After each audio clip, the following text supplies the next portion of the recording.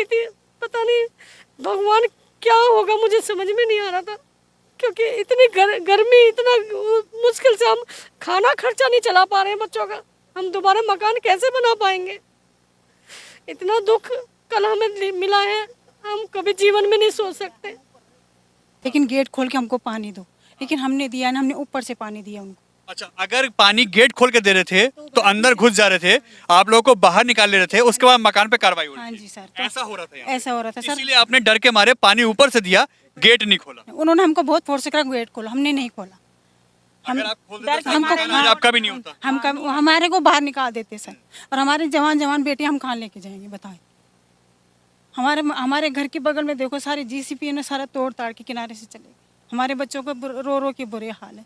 5 से 6 साल से आप लोग यहाँ रह रहे हैं सर, और हमारे यहाँ के वोटर आई कार्ड भी हैं, हमने वोट भी दिए हैं। आधार भी है, वोटर आई कार्ड भी है, गैस भी है, पानी भी है, बिजली है, सब कुछ है। सब कुछ है। उसके बाद ये लीगल नहीं है। लीगल नहीं है, फिर भी हमको बोले तुम मकान, हमारे मकान को तोड़ा जा रहा है।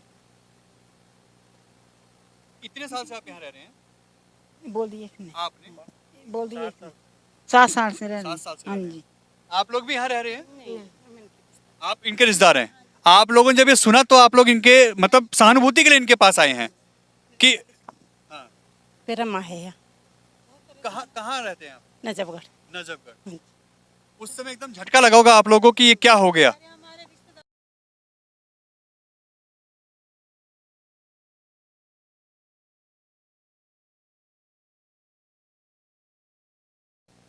नमस्कार दोस्तों, मैं आपका दोस्त, आपका साथी चंद्रजीत शर्मा। इस समय हम खड़े हैं बुराड़ी के केशव नगर इलाके में, और ये देखिए, ये आप पीछे हाल देखिए, यहाँ पे एफ ब्लॉक केशव नगर को पूरी तरीके से डीडीए ने तहस नहस कर दिया है। यहाँ पे करीब 10 साल से ज़्यादा लोग मकान बना के रह रहे हैं। यहाँ पे जीपीए हुई है, पावर अटॉर्नी हुई है, नोटरी हुई है। अब हैरत की बात देखिए कि ये वही लोग हैं जिनके मकान यहाँ तोड़ दिए गए हैं। एक दिन पहले ही यहाँ पे डीडीए आता है, बुलडोजर लेके आता है, करीब 8 से 10 बुलडोजर आते हैं और पूरे मकानों को तहस नहस कर दिया जाता है। यदि किसी की फैमिली में महिला बच्चे घर में थे, उन्होंने इसका ऑब्जेक्शन किया कि आपने इसको तोड़ने का क्यों मन बनाया है, क्या कारण है, ये तो हम यहाँ रह रहे हैं इतने लंबे समय से, तो इस पर क्यों कार्रवाई हो रही है, तो उनको घरों से निकाला गया, फोर्स के द्वारा उनको फोर्सफुली बाहर निकाला गया, धक्के देके बाहर निकाला गया और यह मकान तोड़ दिए गए। अगर किसी ने दरवाजे बंद कर लिए थे तो दरवाजों को जेसीबी से तोड़ दिया गया। अब ये देखिए, अगर यहाँ पे एक सवाल खड़ा होता है कि यह इनलीगल है, तो 10 साल से ये लोग जीपीए करा के, नोटरी करा के रह कैसे रहे हैं? अधिकारी कहाँ सो रहे थे? वो एसडीएम, वो अधिकारी, चाहे वो एमसीडी के हों, डीडीए के हों, या ऐसे कोई भी विभाग हो, दिल्ली सरकार हो, ये कहाँ सो रही थी जब यहाँ पे इनको ये अलॉट हो रहा था? क्योंकि अधिकारी अगर नोटरी पे भी साइन कर रहा है, जीपीए पे साइन कर रहा है, तो यानी वो अथॉरिटी दे रहा है इन लोगों को कि वो लोग यहाँ पे मकान बना कर रह सकते हैं। जिसकी जमा पूंजी पूरी जिंदगी के यहाँ लग रही है, वो अब रोड पे आ गए हैं। बुरे हालत है, और नेता हैं वो सिर्फ आश्वासन दे रहे हैं कि जी देखेंगे, अब नहीं टूटेगा, या टूटेगा तो कैसे टूटेगा हम देखेंगे। आइए बात करते हैं यहाँ के लोगों से। कितने साल से रह रहे हैं जी आप यहाँ? यहाँ करीबन 5 साल से रह रहा है। आपने यहाँ पे क्या कराया था? रजिस्ट्री करा रखे, जीपे करा रखे, क्या करा? ये जीपे करा रखा है। जीपे करा रखा। हाँ, पावर अटॉर्नी जो कहते हैं वो करा रखा है। आप लोगों को पानी बिजली मिला हुआ है?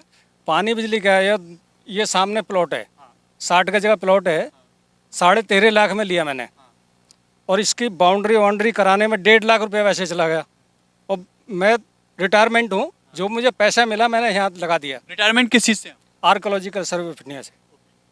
सर, आप खुद सरकारी डिपार्टमेंट से हैं, आपको नहीं लगा आइडिया कि ये अनऑथराइज है? क्योंकि डीडीए कह रहे हैं अनऑथराइज है। नहीं, क्योंकि ये 2012 की कटी हुई है और किसानों से ज़मीन ली गई है, जिसकी जो दर पीढ़ी दर वो चलती है, वो करा रखी है। तोड़ते समय आपको क्या नोटिस दिया गया, क्या बताया? तोड़ते समय नोटिस ये देंगे भाई, यहाँ से ये करीबन 43-44, 243, 244 जो खसरा नंबर हैं, ये अनऑथराइज हैं। अब अनऑथराइज कहाँ से हो गए, जबकि हम पावर अटॉर्नी करा रहे हैं, हमें मंजूरी मिल गई कि भाई हम रह सकते हैं यहाँ पे, तो अब ये डीडीए वाले कैसे खड़े हो गए? पावर अटॉर्नी कहाँ से कराई थी, किससे कराई थी? यहीं दिल्ली से ही कराई थी। दिल्ली एसडीएम ऑफिस से? हाँ उन्होंने आपको अथॉरिटी दे दी, पैसा भी दिया आपने उसके बदले, फिर ये अनऑथराइज कैसे हो गई? तो वही तो पूछना चाह रहे हैं डीडीए वाले हम डीडीए से जवाब कि पूछना चाहते हैं कि DDA से बेसिकली अगर एसडीएम है आपका, एसडीएम अगर हमें लिख के दे रहा है यहाँ आपके खंबे लग रहे हैं, 2012 के खंबे लगे हुए हैं सारे, तो ये सारी सुविधा अगर हमें दी जा रही हैं तो बेसिकली प्रशासन इसमें इन्वॉल्व हो चुकी है ऑलरेडी। जब हम बनाने लगते हैं, हमारा एक छोटा सा ईंट भी रखी जाती है, दिल्ली पुलिस वाला पहले आके खड़ा हो जाता है कि हमें पैसे दो। मैं उसमें से एक हूँ जिसमें से 10,000 रुपये दिल्ली पुलिस वाला मेरे से खुद लेके गया हुआ है। मकान बनाते समय मकान बनाया, पूरा मकान बन के रेडी हो गया। अब डीडीए वाले कह रहे हैं कि ये सारी ज़मीन उनकी है, बट ये उनकी नहीं है, ये 2012 की कटिंग है और किसान से ली गई ज़मीन है। आगे फ्रंट में देखेंगे आप, काली मंदिर के बैक साइड में वो सारी लैंड पुलिंग की ज़मीन आती है। ये किस्सा ही वहाँ से स्टार्ट हुआ और वो सारा उन्होंने इधर को भेज दिया। डीडीए के अधिकारी, हम जब ये सारा हो रहा था बेसिकली हम राउंड पे थे कि बुलडोजर कहाँ से आए। डीडीए के अधिकारी रोड पे, मेन रोड पे विदाउट प्रोटेक्शन उनसे बात कर रहे थे, जिसका मेरे पास वीडियो रिकॉर्डिंग भी है। उनसे मैंने पूछा भी तो उन्होंने मेरे को पीछे कर दिया कि आप क्या कर रहे हो यहाँ पे। बेसिकली मतलब ये धांधलेबाजी चल रही है सारी टोटली। जो पैसा रह कब से रहे हैं आप लोग यहाँ पे? मेरे को 2017 से मैं यहाँ रहना स्टार्ट कर दिया था। हाँ जी, जमीन कब ली थी आपने? जमीन 2017 में स्टार्टिंग में मैंने परचेज कर ली थी। उसके हाँ बाद जी, बनवाया आपने? हाँ जी। और यहाँ पे पानी है, बिजली है, गैस पाइपलाइन भी यहाँ पे आ गई है। आपका ये पूरी गली पार हो गया, पानी भी आ चुका है यहाँ तक और ये वाला सर्वे कर चुके हैं ऑलरेडी और सारा फाइलिंग वाइलिंग सब कुछ हो चुकी है उनकी। यहाँ पे डलना था बट डीडीए ने उनको भी रोक दिया गया कि यहाँ पे कुछ नहीं होगा, ये हमारी ज़मीन है। बेसिकली ये इनका चल रहा है सारा, बट यहाँ पे सब कुछ हो चुका है, सर्वे हो चुका है इन सब चीज़ों का। यानी गैस पाइपलाइन भी पड़ रही है, पानी भी आ रहा है, बिजली भी आप लोगों को मिल रही है। यहाँ पे आपने नोटरी कराई, जीपीए कराई, सब कुछ कराया, फिर भी इनलीगल हो गया। डीडीए से पूछते हैं, डीडीए के अधिकारियों से पूछते हैं, पुलिस वाले पहले तो जाने बने होंगे, जो बने हैं, बाकी जिसने प्लॉट ले रखा है, जिसका अपना है, वो और है। वो हो रहा है और कंस्ट्रक्शन ऑलरेडी चल रही है, जिन्होंने पेमेंट कर चुके हैं। 3-3 मंजिला मकान बन चुके। अगर कल सुनने में आया था कि एक फौजी को भी मारा गया है जब उसने ऑब्जेक्शन किया। वो अभी उन्होंने कंस्ट्रक्शन स्टार्ट करी है, उनका मकान मतलब लेंटर ही डल रहा था, तो उनको निकाल के, क्योंकि वो ऑब्जेक्शन कर रहे थे कि मैं रिटायर फौजी हूँ, मैंने सारा पैसा लगा दिया है, तो पुलिस वालों ने उन्हें अंदर से निकाल के बहुत बेरहमी से उनकी लेडीज मतलब उनके वाइफ को भी मारा है, लेडीज कांस्टेबल्स ने उनको भी मारा है। मतलब एक तरीके कल गुंडागर्दी थी, पूरी गुंडागर्दी हुई है। कुछ भी सुना नहीं आ रहा था, कुछ भी कहा, सीधा खींच के मार रहे थे। अगर आपने दरवाजे बंद करे, दरवाजे तोड़ दे रहे थे, दरवाजे तोड़ के बाहर निकाल के मार रहे थे। लेडीजों के साथ भी कल गलत हुआ है, कल काफी परेशान किया गया। हाँ जी सर, हमको भी बोला गया पानी दो, पुलिस वालों ने बोला पानी दो, लेकिन गेट खोल के हमको पानी दो, लेकिन हमने दिया ना, हमने ऊपर से पानी दिया उनको। अच्छा, अगर पानी गेट खोल के दे रहे थे तो अंदर घुस जा रहे थे, आप लोगों को बाहर निकाल ले रहे थे, उसके बाद मकान पे कार्रवाई हो रही हाँ थी। जी सर, ऐसा हो रहा था यहाँ। ऐसा हो रहा था सर। इसीलिए आपने डर के मारे पानी ऊपर से दिया, गेट नहीं खोला। उन्होंने हमको बहुत फोर्स से करा गेट खोला, हमने नहीं खोला। अगर आप खोल देते तो मकान आपका भी नहीं होता। हमारे को बाहर निकाल देते सर, और हमारे जवान बेटे हम कहाँ लेके जाएंगे बताएं। हमारे घर के बगल में देखो, सारी जीसीपी ने सारा तोड़ ताड़ के किनारे से चले गए। हमारे बच्चों को रो रो के बुरे हाल है।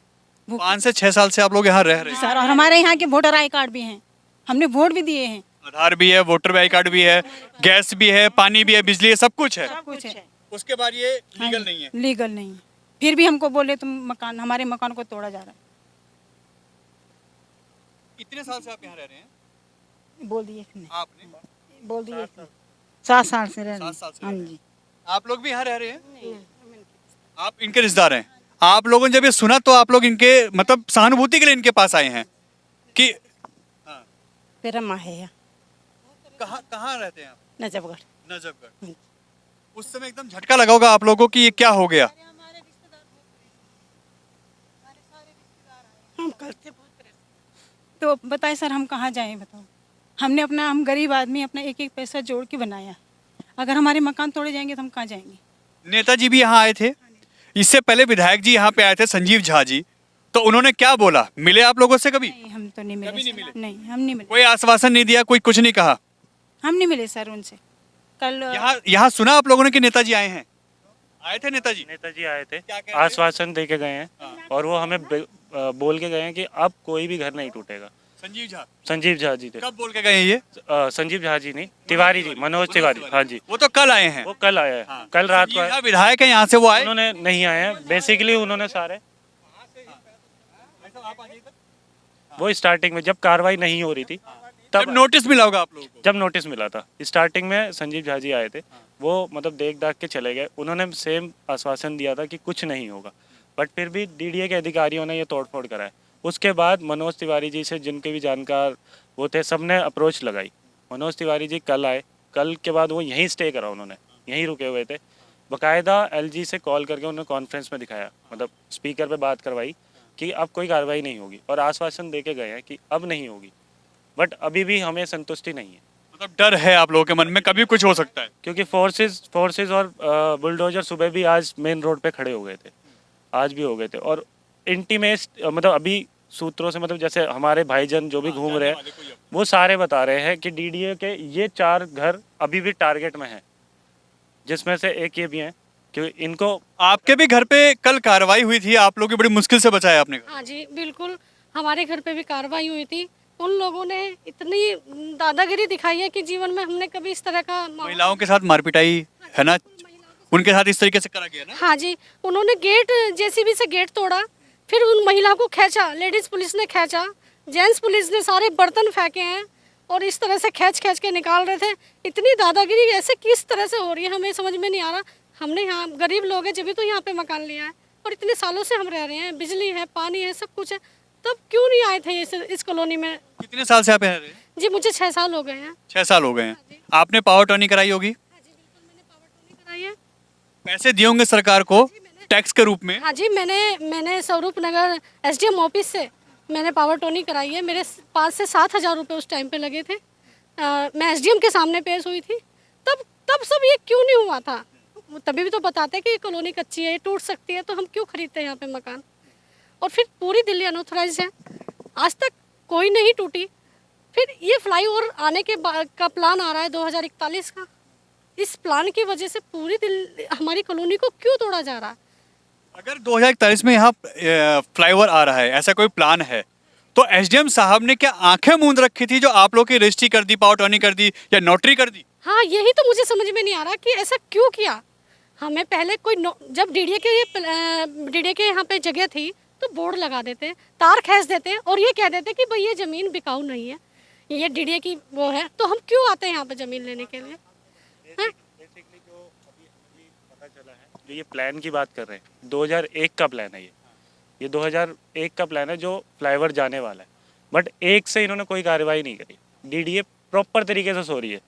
हाँ, रोका भी नहीं था ना आपको? नहीं रोका गया किसी ने। नोटरी के समय रोका ना, आपके जीपे करते समय रोका ना, जब आप लोग एसडीएम ऑफिस गए तब रोका, ऐसी कुछ नहीं बोला गया।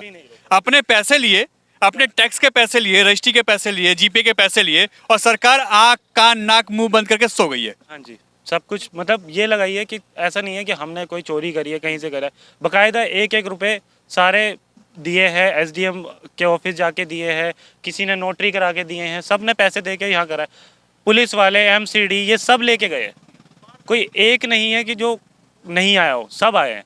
और डीडीए के अधिकारी को भी पता रहता है इन सारी चीज़ों का। हम खुद डीडीए ऑफिस जाके आए हैं, डीडीए के पास कोई जवाब नहीं है कि क्यों तोड़ा जा रहा है। हमने उनसे पूछा क्यों चाहिए, उन्होंने डॉक्यूमेंट मांगे। हमने कभी किसी इस लैंड पे कहीं पे आपने डीडीए का बोर्ड देखा? कभी नहीं।